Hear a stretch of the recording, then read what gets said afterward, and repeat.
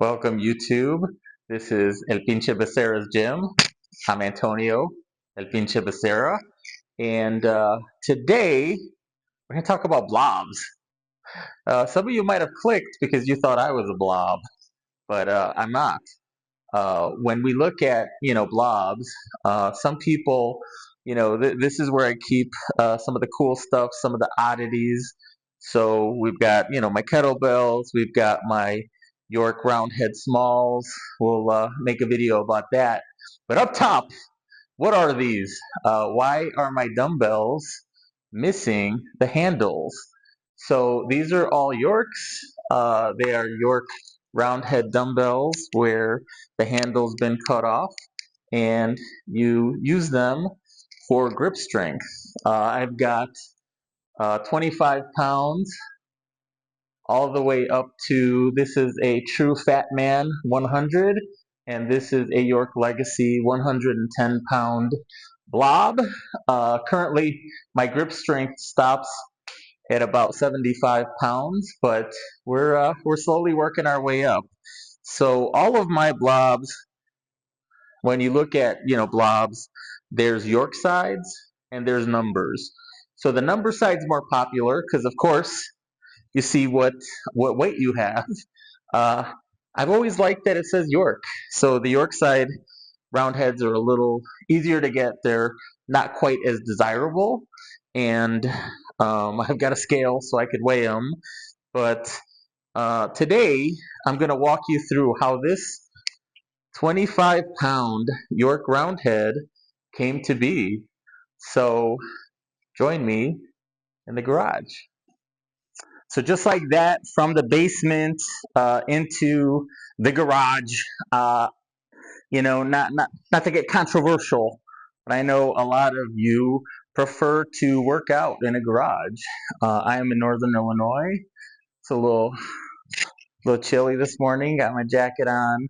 I like my climate controlled basement. It's a walkout basement, so it's got a lot of the benefits of a garage. Open up the big sliding door, windows, a lot of light gets in. But again, right, some of us work out a certain way because of preference.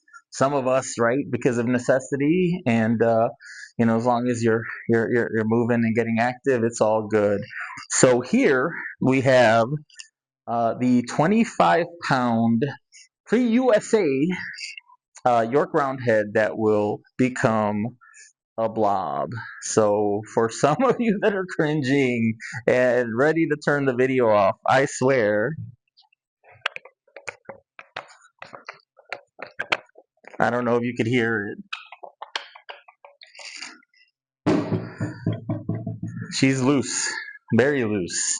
So, um, with that said, I know there's a case to be made about the ethics of chopping up such a beautiful old, you know, York Roundhead. From my perspective, if it gives it second life, right, it's got the loose heads about to fall off. There are 25 pounds out there.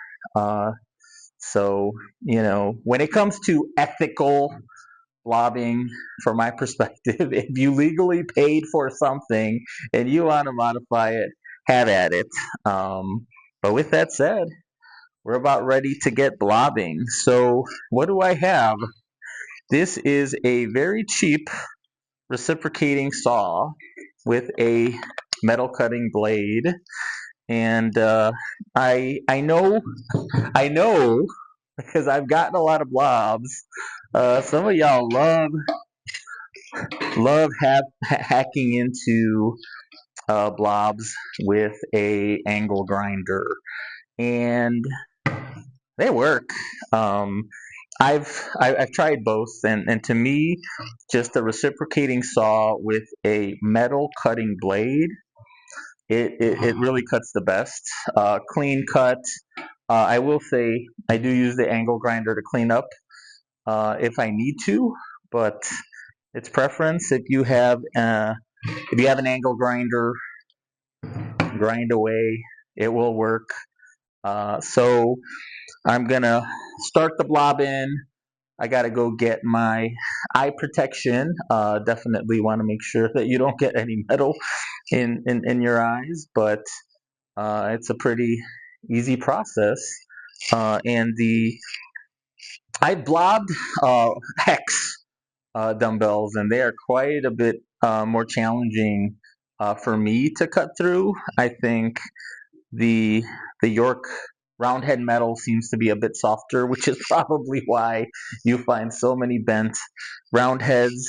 So for those of y'all who talk about ethics, there are a lot of bent York roundheads waiting for a second life. Um, or hydraulic press, straighten them out, all the stuff y'all do. Um, there's no right or wrong. So onward.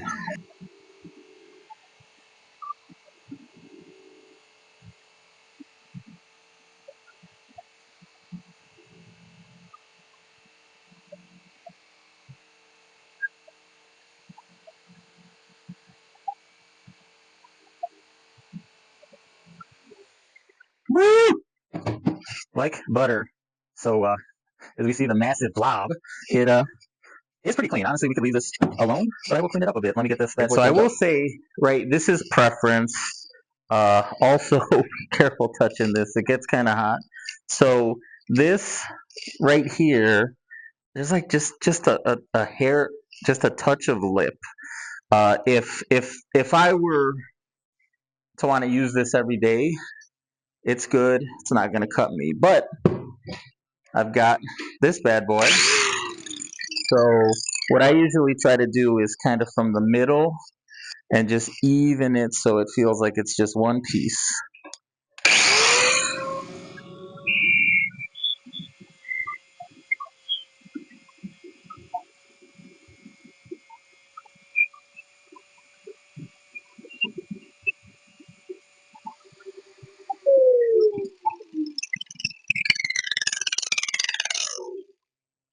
Kind of run my finger. I, I don't know why this feels wrong, but I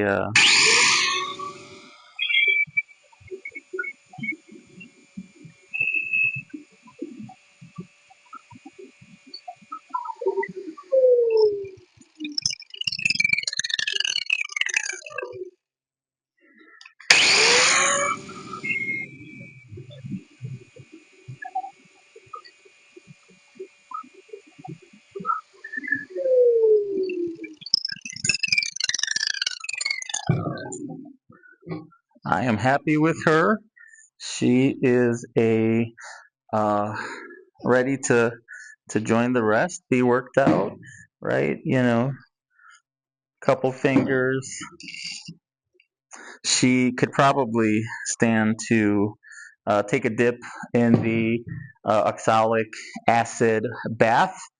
I will maybe get into that in a future video, right? You know, what do I do with rust? But I'll say as long as it doesn't totally turn your hands orange, I don't mind a little stank on a blob because it gives you right something to grip, something to hold on to. Um, a lot of times, right, we'll use chalk, so you know any little bit of an advantage is good.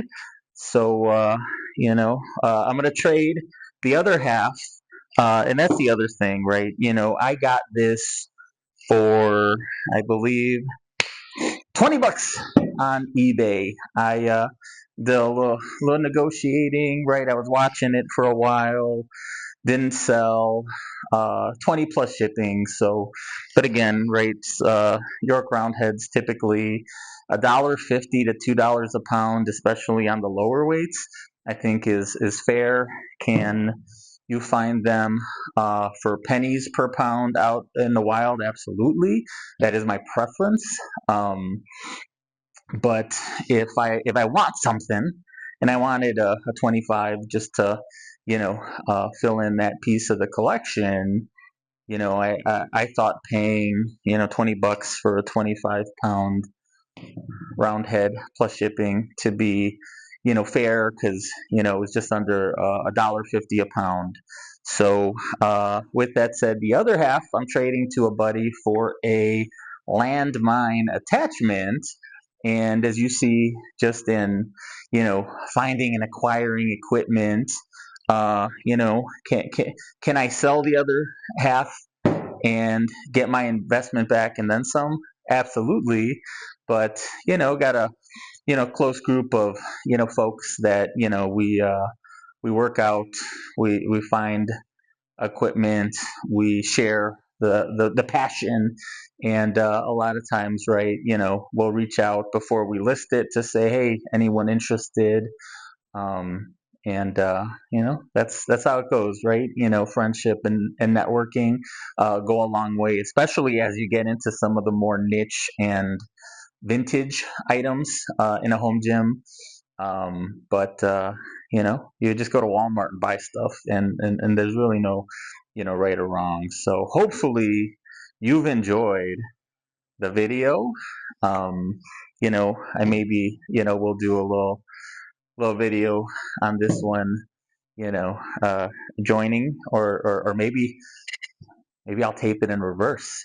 You'll see her on the shelf with everyone else, and then go through the process. But like I said, reciprocating saw with a metal blade. That is the cheapest reciprocating saw, corded, you can find at Walmart. And this is also the cheapest reciprocating, or the cheapest angle grinder uh, that you could find. Hyper Tough, the Walmart brand. It works. Um, so hopefully you found this video fun, interesting. If so, like, subscribe, put a comment, even mean ones.